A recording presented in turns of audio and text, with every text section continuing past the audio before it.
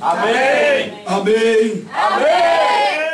Abra sua Bíblia no Evangelho segundo escreveu João. Aleluia. Nosso irmão João, apóstolo abençoado, Glória a Deus. apóstolo amado, discípulo amado. João, capítulo 3. Amém? Amém. Quantos creem que Deus vai falar? Amém. Você crê? Amém. Quantos vieram ver o pastor Sérgio? Ainda bem que não vem nenhum. Quantos vieram ver Deus? Amém. Glória a Deus. Ainda bem que aqui vem um povo para ver Deus, não vem para ver o pregador. Porque o pregador não recebe honra. O pregador aqui não é movido a glória nem aleluia. Mas o meu Deus que está no céu, ele é movido a glória a Deus e aleluia. Oh, aleluia. Capítulo 3, versículo 16. Eu quero ler o versículo. Tem algumas traduções que são diferentes, mas todas as Bíblias são iguais, o contexto é o mesmo. Eu vou ler primeiro e depois vamos repetir todo mundo junto. Vamos lá, 3,16. Porque Deus amou o mundo de tal maneira que deu o seu Filho unigênito, para que todo que nele crê não pereça, mas tenha vida eterna. Amém? Vamos ler, igreja, todos juntos. 1, 2, 3, já. Porque Deus amou o mundo de tal maneira que deu seu Filho unigênito, para que todo aquele que nele crê não pereça, mas tenha vida eterna. Aleluia. Pode sentar o seu banco. Aleluia! Você sabe que esse banco que você está sentado nele, ele custou um preço, não sabe? Você sabe que a cadeira não vem de graça para a igreja, não é? Então quem senta nela tem que pagar o aluguel, sabia? Tem que cobrar o aluguel da cadeira. Mas ninguém vai colocar o teu nome na cadeira, não. Só basta pagar o aluguel. Pastor, vai começar a cobrar até a banca da igreja. Ainda bem que se for só a cadeira, tá bom. Tem gente que anda por aí vendendo pedaço do céu. Tem gente que vende terreno no céu. Tem gente que vende terreno na lua. Se você comprar uma cadeira da igreja, não era nenhuma coisa do outro mundo. Mas você paga o aluguel da cadeira, dando glória a Deus e aleluia. Esse é o preço que você tem que pagar para sentar na cadeira, meus irmãos. Antes de levar a mensagem, eu quero ler, meus irmãos, um versículo que está lá no Velho Testamento, no livro de 2 Reis. Meus irmãos, eu sempre falo que quando vem um pastor, tem um irmão, meu irmão, não existe grandes pregadores, não existem grandes homens de Deus, existem grandes mensagens de Deus e existem homens de Deus, cada um com o seu ministério, cada um com o seu dom, ousado como apraz a Deus, mas não existem grandes pregadores, existem grandes pregações que Deus dá. Então, meus irmãos, eu não queria pregar, eu vou bater na irmã Iranilda, que ela trouxe um xarope que me fez bem para a garganta, e o pastor me colocou para pregar. Aí eu não queria pregar porque só Jesus sabe, de domingo a esse domingo é a 7ª vez que eu estou ministrando, está dando uma média de uma vez por dia. Mas graças a Deus, porque antes eu andava cantando lá no baile, na festa do São João, na festa de São Jorge, e a gente gastava a voz, ficava rouco, e cantava, e ia em excursão, e não se importava de ficar rouco, e quanto mais rouco ficava, mais barulho fazia. Então nesta noite vamos fazer barulho. Aleluia! Não para de dar glória. A Bíblia fala, meus irmãos, nas 2 Reis, que veio os camaradas buscar o profeta de Deus. Porque, meus irmãos, quando a gente sabe que ainda existe profeta, a gente corre para ver profeta de Deus. Porque nos dias de hoje, já, meus irmãos, não é fácil de encontrar profeta de Deus. Meus irmãos, quando eu falo profeta, não é porque dá uma revelação. Quando eu falo profeta, não é porque dá visão. Quando eu falo de profeta, meus irmãos, é porque é aquele que prega a verdadeira profecia, que é a palavra de Deus. Quando, meus irmãos, a gente sabe que tem profeta, a gente corre, porque, meus irmãos, quem ama a Deus gosta de ouvir a voz de Deus. Este povo veio procurar o profeta, e eles vindo procurar o profeta, ele estava enfadado, ele estava cansado, e ele disse assim: olha, se não fosse que o teu rei Josafá, esse homem, esse rei que é de Deus, eu não ia consultar Deus por vocês. Trazei-me um tangedor. Ele diz assim: eu estou precisando de um tangedor, eu estou precisando de uma ajuda para vocês ouvir Deus pregar. Meus irmãos, o pregador, ele prega, ele é usado por Deus, mas é quando a igreja está na condição de tangedor. A Bíblia fala, versículo 15, meus irmãos, que quando eles pedem o tangedor, quando o tangedor tocava, meus irmãos, o tangedor tocava, ou seja, ele trazia uma harpa, e ele tangia a harpa, e quando ele começou a tocar a harpa, a Bíblia fala, e o poder de Deus veio sobre Eliseu.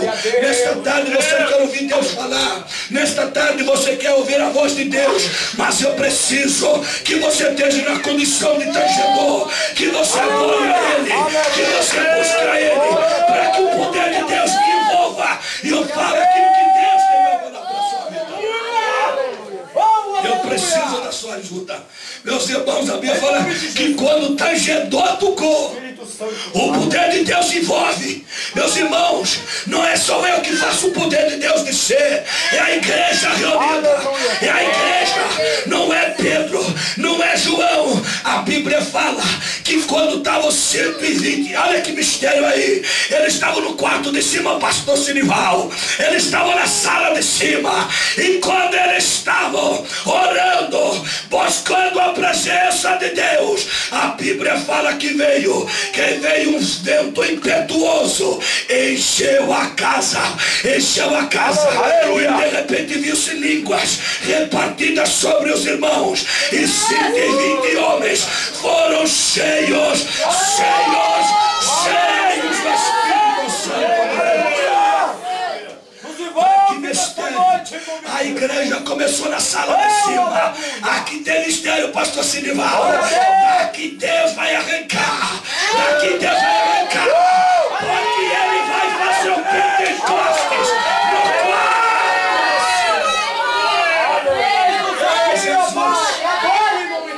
Jesus, não vou pregar nada. Essa é glória deixar esse texto. É mistério de Jeová, pastor. É só mistério. Ai, que é bom. É só mistério de Deus, meu irmão.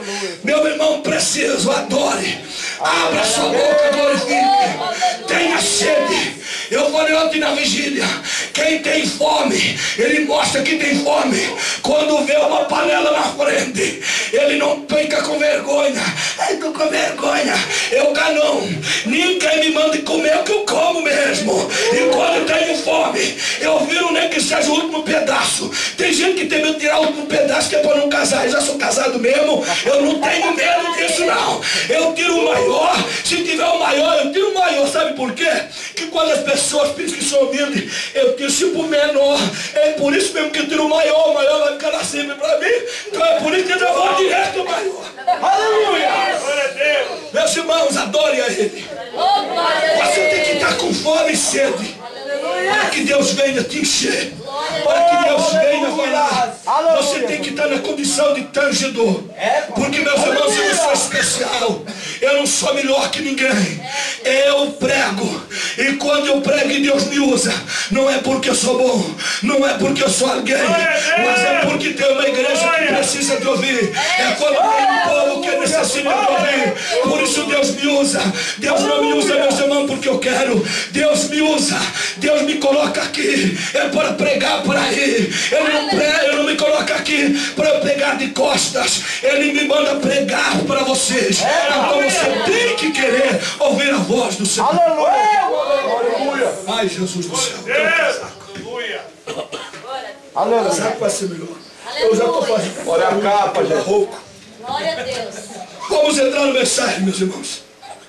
Ei, Jesus do céu, foi só um aquecimento, só para aquecer a voz, para pregar melhor.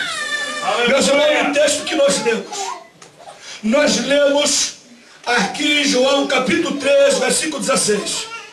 Meus irmãos, eu amo o livro, ou seja, eu amo o Evangelho de João. Para mim, o Evangelho de João, ele descreve a história de Jesus Cristo ele tenta mostrar o Filho de Deus como sendo o Deus humanizado sobre a terra. E nesse livro, nesse evangelho, eu posso contemplar duas histórias. Deus, pela sua misericórdia, ele dá-me duas mensagens especiais sobre a maior catástrofe do ser humano. O maior catástrofe, ou seja, a maior catástrofe do ser humano, se encontra lá em João capítulo 10, versículo 10. Ora, o ladrão, ele não veio senão para roubar, matar e destruir. Meus irmãos, aqui nós encontramos a maior catástrofe do ser humano. Quando o diabo entra dentro do jardim, quando o diabo entra dentro do jardim do Éden, e ele oferece para Eva aquilo que era proibido. E quando ela toma aquilo que era proibido, meus irmãos, uma coisa foi degradada ali no jardim. Foi degradada a família que Deus constituiu. Foi degradada um lar. O jardim do Éden, ele representava a casa de Adão e Eva, ou seja, o lar de Adão e Eva. Eu fico imaginando, meus irmãos, quantos projetos Adão e Eva tinham feito, quantos projetos Adão e Eva tinham construído.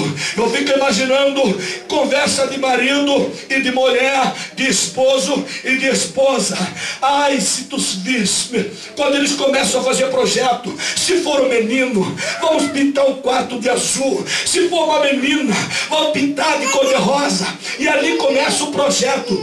Todo aquele que constitui uma família, existem projetos familiares, e eles começam sempre o projeto, é sempre falando primeiro em casa, depois em filhos. Ali estava a casa, Jardim do Éden, estava ali o casal, o primeiro casal da história humana. E quem que entra? Satanás entra em cena. Quando Satanás entra em cena, ele destrói com a família. E quando ele destrói com a família, ele destrói